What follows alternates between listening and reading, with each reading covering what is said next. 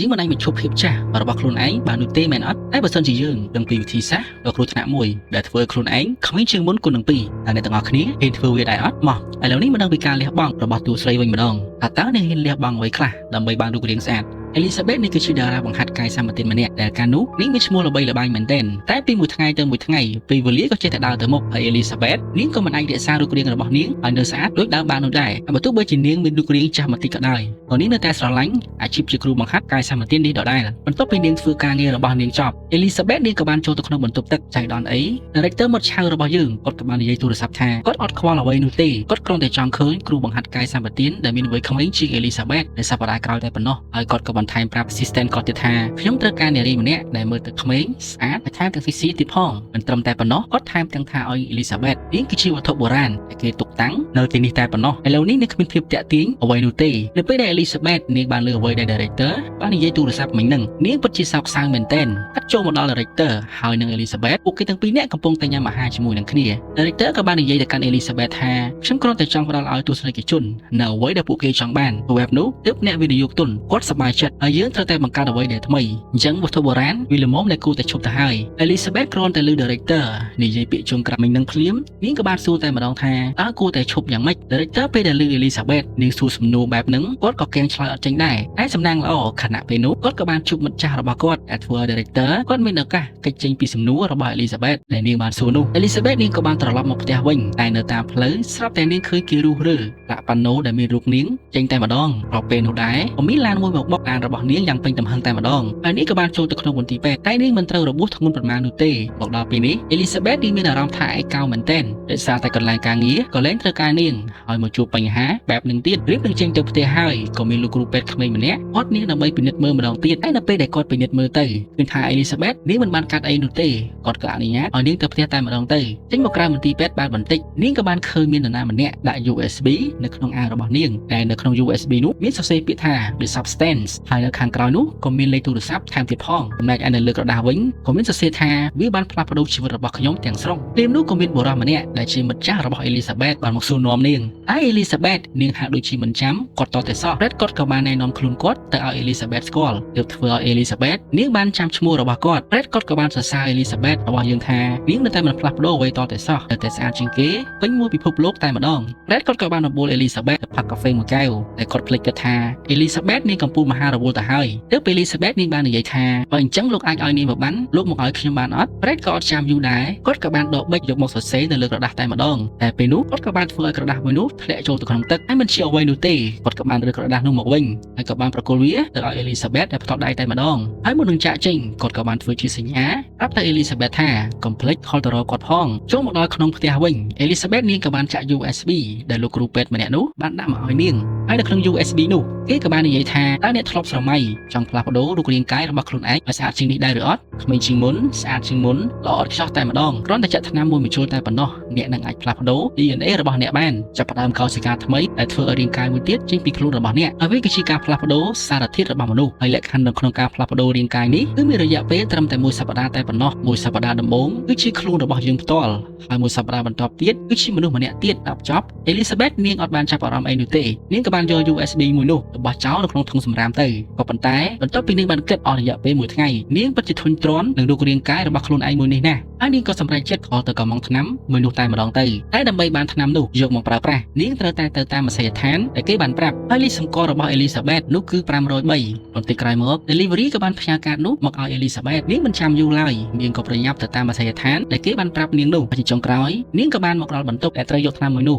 ចូលមកដល់ក្នុងផ្ទះវិញនាងក៏បាន unboxing ទាំងដែលមានភាពស្ទាក់ស្ទើរនៅក្នុងប្រអប់មួយនោះមានសារ៉ាំងចំនួន2ដែលសារ៉ាំងទី1គឺសម្រាប់ Elizabeth ហើយសារ៉ាំងទី2វិញគឺសម្រាប់រូបរាងកាយរបស់នាងមួយទៀតមកទាំងអស់គ្នាឥឡូវខ្ញុំសូមពន្យល់សម្រាប់ដំណើរការនេះបន្តិចដើម្បីឲ្យរូបរាងកាយមួយទៀតចេញមកក្រៅបាន Elizabeth នាងត្រូវតែចាក់ថ្នាំមួយសារ៉ាំងនេះសិនក្នុងរយៈពេល1សប្តាហ៍នាងត្រូវតែសន្លប់អញ្ចឹងដើម្បីឲ្យនាងរស់បន្តទៀតបាន Elizabeth នាងត្រូវតែចាក់ថ្នាំគូតម៉ាទ្រីកចូលទៅក្នុងរាងកាយរបស់នាងដើម្បីចិញ្ចឹមរាងកាយរបស់នាងពេញ1សប្តាហ៍ក្រោយពីសម្រេចចិត្តច្បាស់លាស់ហើយ Elizabeth នាងក៏បានចាក់ថ្នាំនោះបញ្ចូលទៅក្នុងរាងកាយរបស់នាងតែក្រោយពីចាក់ថ្នាំនេះបន្តិចឃើញថាដូចជាគ្មានប្រតិកម្មអ្វីសោះដែលធ្វើឲ្យ Elizabeth នាងពិតជាអស់សង្ឃឹមខ្លាំងមែនទែន តែនវាមិនដើរចេញទៅបន្ទប់វិញហើយតាមនោះក៏ចាប់ផ្ដើមប្រតិកម្មដែលធ្វើឲ្យ Elizabeth នាងឈឺចាប់មែនទែនហើយរាងកាយថ្មីរបស់នាងក៏លេចគ្រូគ្រៀងចេញមកផងដែរដែលយើងមើលទៅនាងពិតជាស្រស់ស្អាតមែនទែនថ្មីថែមទៀតផងអត់មានកន្លែងណាទាស់តតែសោះតែចេញបានត្រឹមតែមួយថ្ងៃនាងក៏មានអាការៈអូឈាមតាមច្រមុះស្របពេលនោះដែរនាងក៏បានទៅបើកទូឃើញមានសារ៉ាំងមួយទៀតហើយដើម្បីឲ្យនាងអាចរស់នៅបន្តប្រចាំថ្ងៃបាននាងត្រូវតែបូមសារធាតុរាវដែលចេញពីខ្លួន Elizabeth ចំនួន7កាំបើមិនចឹងទេនាងមិនអាចរក្សារូបរាងដ៏ស្រស់ស្អាតរបស់នាងបាននោះទេ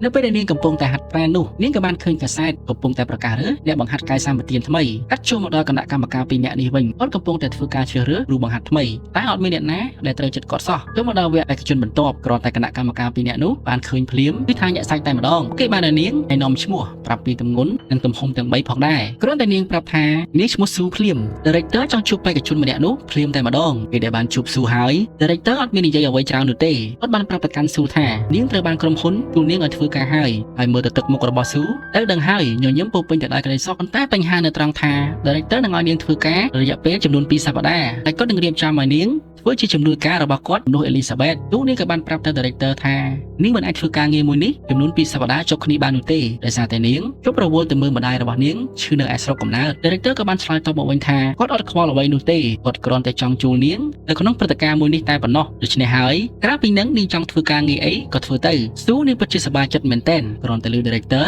និយាយបែបនោះស៊ូនាងក៏ចាប់ផ្ដើមការងាររបស់នាងឆ្លៀកដំបងបានយ៉ាងរលូនណាស់មិនត្រឹមតែប៉ុណ្ណឹងរូបរបស់ស៊ូត្រូវបានគេដាក់នៅលើប៉ាណូយ៉ាងធំតែម្ដងដែលធ្វើឲ្យនាងមានក្តីសុខខ្លាំងមែនទែនចូលមកដល់ថ្ងៃបន្ទាប់ទៀតស៊ូនាងក៏បានចាប់ផ្ដើមបង្ហាត់តាមរយៈវីដេអូឃ្លីបនៅពេលព្រឹកហើយចំនួន1សប្តាហ៍ក៏បានឈានចូលមកដល់ស៊ូនាងក៏បានធ្វើការផ្លាស់ប្ដូររាងកាយជាមួយនឹង Elizabeth បន្តិចក្រោយមក Elizabeth នាងក៏បានភ្ញាក់ឡើងរាងកាយឈឺចាប់ស្របពេលនោះដែរ Elizabeth នាងបានមើលទៅរាងកាយមួយទៀតឃើញថានាងពិតជាស្រឡាញ់រាងកាយមួយនោះណាស់ Elizabeth នាងក៏បានចូលទៅដល់កន្លែងការងារតែរូបដែលគេធ្លាប់តែតាំងរូបនាងនៅលើជញ្ជាំងត្រូវបានគេដោះចោលអស់រលីងភ្លាមនោះនាងក៏បានជួបជាមួយនឹង Director គ្រាន់តែ Director បានជួបនឹង Elizabeth ភ្លាមគាត់ក៏បាននិយាយថាពួកយើងចង់ជួបនាងដើម្បីផឹកស្រានៅថ្ងៃចុងក្រោយរបស់នាងហើយអីវ៉ាន់ទាំងអស់គាត់ក៏បានរៀបចំនៅក្នុងប្រអប់នេះហើយអពេល Director នឹងគាត់ពិតជានិយាយឌឺទៅកាន់ Elizabeth របស់យើងខ្លាំងមែនទែនតែមើលទៅទឹកមុខរបស់នាងគឺពិតជាខឹងនឹង Director មួយនឹងខ្លាំងមែនទែនហើយរឿងក៏បានកាត់ចូលទៅដល់ Elizabeth នាងក៏បានទៅយកសារធាតុចិញ្ចឹមរាងកាយរបស់នាងខណៈពេលដែលនាងបានផ្លាស់ប្ដូររាងកាយមួយទៀតមួយសប្តាហ៍ក៏បានកន្លងផុតទៅ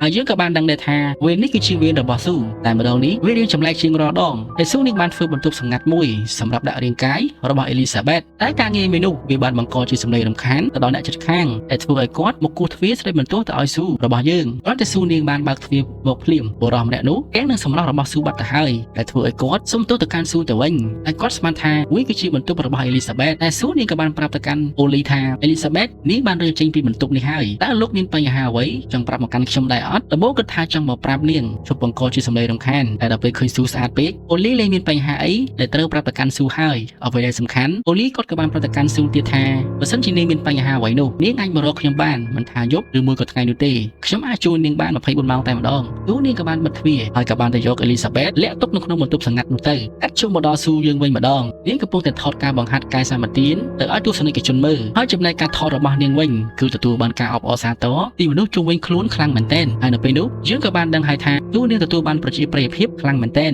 ទូនាងពិតជាពេញចិត្តនឹងជីវិតដែលនាងមាននេះណាដូច្នេះហើយនាងក៏បានលួចបូមសារធាតុរាវដែលនៅក្នុងខ្លួនរបស់ Elizabeth យកមកចាក់ដើម្បីឲ្យនាងរស់បន្តមួយថ្ងៃទៀតមកមើល Elizabeth ឯនេះវិញពេលដែលនាងភ្ញាក់ដឹងខ្លួនឡើងឃើញមានរបស់របររប៉ាត់រប៉ាយពេញផ្ទះតែម្ដងពេលនោះនៅពេលដែលនាងមើលទៅដៃរបស់នាងឃើញថាដៃនោះវាឡើងចាស់មួយបាត់ទៅហើយ Elizabeth នាងក៏ប្រញាប់ទៅលាងដៃរបស់នាងតែបើទោះបីជានាងខំប្រឹងលាងជំរះយ៉ាងណាក៏ដោយក៏នៅតែមិនជ្រះនោះដែរបន្ទាប់ពីរឿងនោះបានកើតឡើង Elizabeth នាងក៏បានខលទៅម្ចាស់ដែលបានលក់ថ្នាំនោះមកឲ្យនាង Elizabeth នាងក៏បានប្រាប់ទៅប្រកាន់បុរសម្នាក់នោះថាស៊ូនាងប្រហែលជាស្រវឹងហើយនាងច្រឡំប្រើប្រាស់សារធាតុរាវនៅក្នុងខ្លួនរបស់ខ្ញុំលើកម្រិតដែលធ្វើឲ្យដៃរបស់ខ្ញុំឡើងខុសប្លែកពីធម្មតាតើលោកមានវិធីសាស្ត្រអីដែលអាចដោះស្រាយវាបានអត់បុរសម្នាក់នោះក៏បានឆ្លើយតបមកវិញថាអត់មានវិធីសាស្ត្រដែលអាចដោះស្រាយបាននោះទេបើសិនជាមកខាងទៀតប្រើប្រាស់លើកម្រិត Elizabeth នាងក៏ទទួលការរងផលប៉ះពាល់ដូចគ្នានោះដែរអញ្ចឹងបើសិនជាទោះបីមានរឿងអ្វីកើតឡើងក៏ដោយសូមប្រើប្រាស់ការផ្លាស់ប្ដូររាងកាយរបស់អ្នកក្នុងរយៈពេលត្រឹមតែមួយសប្តាហ៍តែប៉ុណ្ណោះឲ្យបានទៀងទាត់បំផុតនិយាយចប់គាត់ក៏បានបិទទូរស័ព្ទភ្លាមទៅចំណែក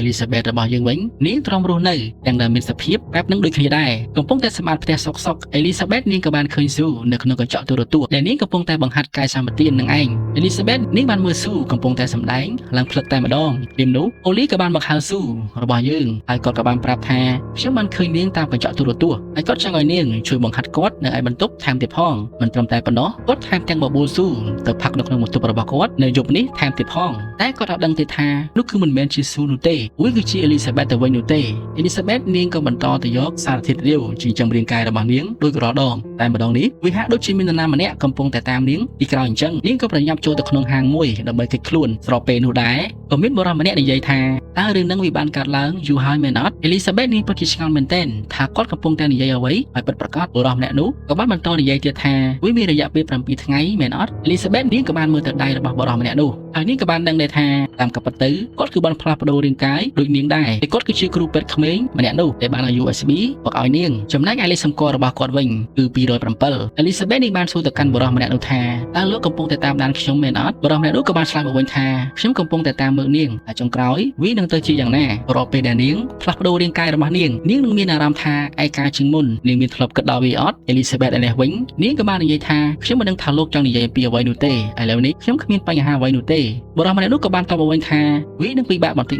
ម្ដងហើយនាងត្រូវចាំថារាងកាយទី2របស់នាងគឺវាល្អជាងនាងអេលីសាបេតគ្រាន់តែឮបុរសម្នាក់នោះនិយាយបែបនឹងភ្លាមនាងក៏ប្រញាប់ចាក់ចេញពីទីនោះតែមុននឹងចាក់ចេញបុរសម្នាក់នោះក៏បានប្រាប់ទៅនាងទៀតថារាងកាយទី2របស់នាងវានឹងកម្ចាត់នាងនៅថ្ងៃណាមួយជាមិនខានចេញមកខាងក្រៅមិនទាន់បានប្រហែលផងអេលីសាបេតនាងក៏បានបុកជាមួយនឹងបុរសម្នាក់ដែលគាត់គឺជាសង្សាររបស់ស៊ូដែលជារាងកាយទី2របស់នាងឃើញស៊ូនាងមានសង្សារបែបនេះអេលីសាបេតនាងក៏បាននឹកឃើញថានាងមានបុរសម្នាក់ដែលបានឲ្យលេខទូរស័ព្ទរបស់គាត់កាលពីដំបូងនាងក៏បានធ្វើការណាត់ជួប Fred ដើម្បីផឹកស្រានៅឯហាងមួយកន្លែងអេលីសាបេតនាងខំប្រឹងតែងខ្លួនយ៉ាងស្អាតតែម្ដងដើម្បីទៅជួប Fred រៀបនឹងចេញទៅហើយតែនាងបានក្រឡេកឃើញរូបស៊ូដែលនៅលើស្លាកប៉ាណូយ៉ាងធំដែលជាហេតុនាំឲ្យអេលីសាបេតនាងច្រណែននឹងភាពស្រស់ស្អាតរបស់ស៊ូខ្លាំងមែនទែនយកធ្វើឲ្យអេលីសាបេតនាងទៅតែងខ្លួនម្ដងទៀតដើម្បីឲ្យនាងមើលទៅស្អាតជាងនេះប៉ុន្តែបើទោះបីជានាងខំប្រឹងតែងខ្លួនម្ដងទៀតក៏ដោយក៏នាងនៅតែមិនពេញចិត្តនឹងសម្រស់ខ្លួនឯងនៅពេលនេះដែរហើយជាចុងក្រោយនាងក៏សម្រេចចិត្តមិនទៅជួបជាមួយនឹង Fred របស់យើងតែម្ដងរឿងក៏បានកាត់ចូលទៅដល់ស៊ូវិញម្ដងនាងចាប់ផ្ដើមការងាររបស់នាង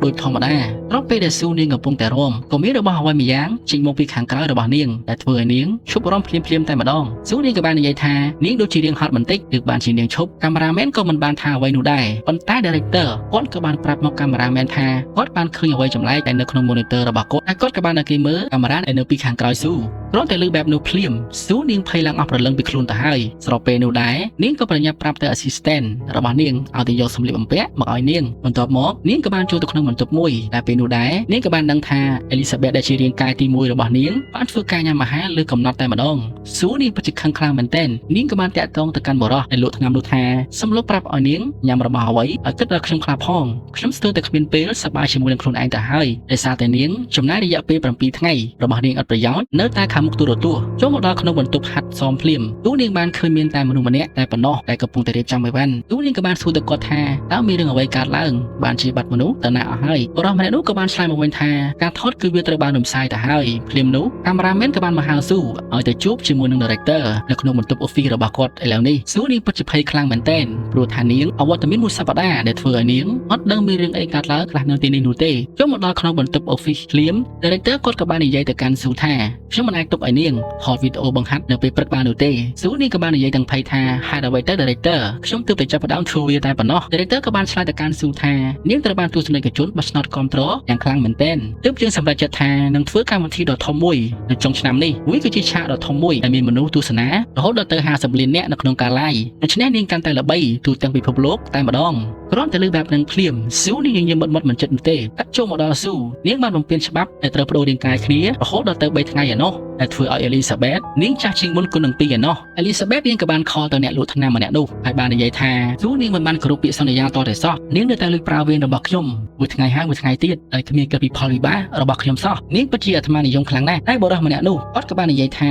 នាងអាចបញ្ឈប់ប្រើប្រាស់វាត្រឹមនឹងក៏បានដែរព្រោះនាងគឺជារាងកាយទី1ដូច្នេះហើយបើសិនជានាងមិនពេញចិត្តនាងអាចបញ្ឈប់វាត្រឹមនឹងបានប៉ុន្តែភាពចាស់របស់នាងមិនអាចត្រឡប់មកវិញបាននោះទេបានន័យថានាងត្រូវតែរស់នៅដោយដែលសភាពឃើញស្រាប់អញ្ចឹងមកដល់កន្លែងហ្នឹងអេលីសាបេតនាងពិតជាតច្រកមែនទែនព្រោះថាបើសិនជាបកក្រោយវិញនាងមិនអាចវិលត្រឡប់ទៅរកសភាពដើមវិញបាននោះទេហើយនាងក៏សម្រេចចិត្តបន្តដំណើរការមួយនេះបន្តទៅមុខទៀតហើយអេលីសាបេតនាងក៏បានធ្វើការសងសឹកទៅលើរាងកាយរបស់ស៊ូយើងវិញដូចគ្នាតែនាងបានធ្វើម្ហូបនិងញ៉ាំអាហារដែលធ្វើឲ្យនាងថាប់ឡើងគីឡូលីមនោះអេលីសាបេតនាងក៏បានឃើញការសម្ភាសន៍របស់ស៊ូនៅក្នុងទូរទស្សន៍តែពិធីគាត់ក៏បាននិយាយថាខ្ញុំបានលើថានាងនឹងចេញថតខ្សែភាពយន្តជាមួយនឹងតារាល្បីទូទាំងពិភពលោកអ្វីដែលជាពិសេសទូនឹងត្រៀមបង្ហាញខ្លួននៅក្នុងព្រឹត្តិការណ៍ដ៏ធ ធំមួយនៅក្នុងឆ្នាំនេះចំណែកឯអេលីសាបេតវិញនាងកំពុងតែចម្អិនអាហារបណ្ដាមើលការសម្ភាសរបស់ស៊ូបណ្ដាពិធីករនោះគាត់ក៏បានសួរទៀតថាតើជីវប្រវត្តិរបស់នាងយ៉ាងម៉េចដែរស៊ូនាងក៏បាននិយាយថាតាមការពិតទៅវាមិនសូវសំខាន់អីនោះទេនាងគ្រាន់តែជាក្មេងស្រីម្នាក់ដែលធំធាត់នៅក្នុងទីក្រុងដ៏តូចមួយហើយរឿងដែលធ្វើឲ្យអេលីសាបេតនាងក្តៅបំផុតនោះគឺ